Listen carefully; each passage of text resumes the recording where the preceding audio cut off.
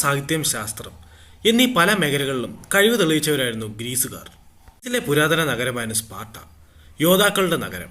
സ്പാർട്ടയിൽ ജനിക്കുന്ന പുരുഷന്മാർക്ക് ഒരേ ഒരു ജോലിയെ അനുവദിച്ചിരുന്നുള്ളൂ. അവനൊരു സൈനികനായിരിക്കണം. മറ്റൊരു ജോലിയും അവരെ അനുവദിച്ചിരുന്നില്ല. സ്പാർട്ട നഗരത്തിന് മതിലുകളില്ലായിരുന്നു. കാരണം ഈ യോദ്ധാക്കൾ തന്നെ. ഇത്രയും മികച്ച യോദ്ധാക്കൾ ഉള്ളപ്പോൾ ഈ ഒരു നഗരത്തിന് എന്തിനാണ് മതിലുകൾ? എതിരാളികൾ എത്ര ശക്തരാണെങ്കിലും അവർ നെഞ്ചും വിരിച്ച് പോരാടും. ആരെയും അവർക്ക് ഭയമില്ലായിരുന്നു. ഇന്നത്തെ വീഡിയോ ധീരരായ സ്പാർട്ടൻ യോദ്ധാക്കളെ കുറിച്ചാണ്.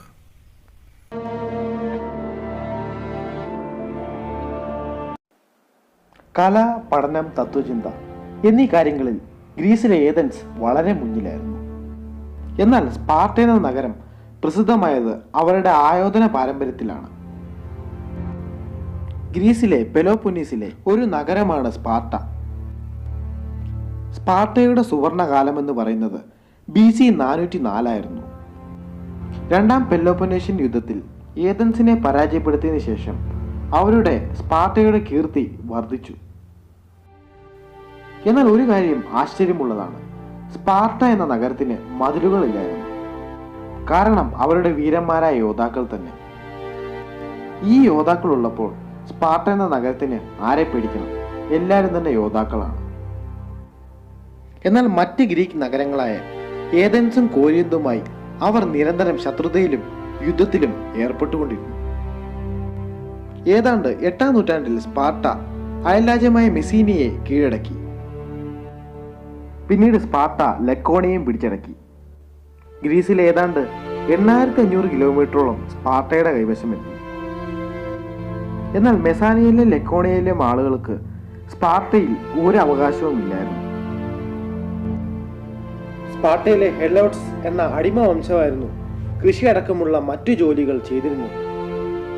സ്പാർട്ടൻ കുട്ടികൾ തങ്ങളുടെ 7ാം വയസ്സിൽ പരിശീലനം ആരംഭിക്കുന്നു. അതികഠിനമായ പരിശീലന സമയമായിരിക്കും അത്. അവർക്ക് ഭക്ഷണം കുറച്ചേ കൊടുക്കാറുള്ളൂ. അവർ മോഷണം നടത്തുന്നു ഭക്ഷണത്തിനായി. ഇങ്ങനെ മോഷ്ടിച്ച് അവർ മോഷണത്തിൽ വളരെ പ്രാഗൽഭ്യം തെളിയിക്കുന്നു. സ്പാർട്ടയിൽ ജനിക്കുന്ന ഓരോ പുരുഷനും മറ്റ് ജോലികൾ ചെയ്യാൻ അനുവദിച്ചിരുന്നില്ല. സ്പാർട്ടയിൽ ജനിക്കുന്ന ഓരോ പുരുഷനും അവനൊരു സൈനികനായി മാറണം എന്നാണ് അവരുടെ സംസ്കാരം. വളരെ ചെറുപ്പത്തിൽ തന്നെ അവർ അതിനുള്ള പരിശീലനം ആരംഭിക്കും. അവർ നിരന്തരം സാഹസികമായ പല മത്സരങ്ങളിലും ഏർപ്പെടേണ്ടി വന്നു. അതായത് സ്പാർട്ടയിലെ ആൺകുട്ടികൾ അവരുടെ 7ാമത്തെ വയസ്സ് മുതൽ അവർ സൈനിക പരിശീലനം ആരംഭിച്ചു തുടങ്ങും. എന്നാൽ അവരുടെ പരിശീലനം വളരെ കാഠിന്യമേറിയതാണ്. ഈ സ്പാർട്ടൻ യോദ്ധാക്കൾക്ക് ആക്രമിക്കാനുള്ള പരിശീലനം അവർ വളരെ വിദഗ്ധമായി നൽകാറുണ്ട്. മാത്രവുമല്ല, അവർക്ക് തുച്ഛമായ ഭക്ഷണം മാത്രമാണ് നൽകിയിരുന്നത്. ഇക്കാരണത്താൽ അവർ ഭക്ഷണം മോഷ്ടിക്കുന്നു. അങ്ങനെ അവർ മോഷണത്തിലും വൈദഗ്ധ്യം നേടുന്നു. അതായത് ഈ പരിശീലന കാലയളവിൽ അവർ ജീവിതം തന്നെയാണ് പഠിക്കുന്നത്.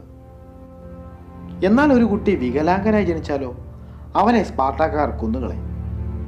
വികലാംഗർക്കും ആരോഗ്യമില്ലാത്ത കുട്ടികൾക്കും സ്പാർട്ടയിൽ സ്ഥാനമില്ല. 7ാം വയസ്സിൽ തുടങ്ങുന്ന പരിശീലനം 20ാം വയസ്സിൽ അവസാനിക്കുന്നു. അങ്ങനെ സ്പാർട്ടയിലെ യുവജനങ്ങൾ മുഴുവൻ സമയ സൈനികരായി മാറുന്നു. അങ്ങനെ അവർ രാജ്യത്തിനു വേണ്ടി 60 വയസ്സ് വരെ സേവനമനുഷ്ഠിക്കുന്നു. അതായത് 20 വയസ്സ് മുതൽ 60 വയസ്സ് വരെ.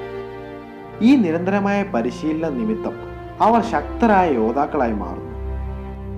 ഈ ഒരു കാരണത്താൽ അവരെ തോൽപ്പിക്കുക എന്നത് ദുഷ്കരമായ കാര്യം തന്നെയാണ്. മാത്രവുമല്ല, ഈ സ്പാർട്ടൻ സൈനികർ അവർ വലിയവനോ ചെറിയവനോ എന്ന വേർതിരിവില്ല. എല്ലാ സ്പാർട്ടൻ സൈനികരും ഒന്നു തന്നെയായിട്ടാണ് കണക്കാക്കിയിരുന്നത്.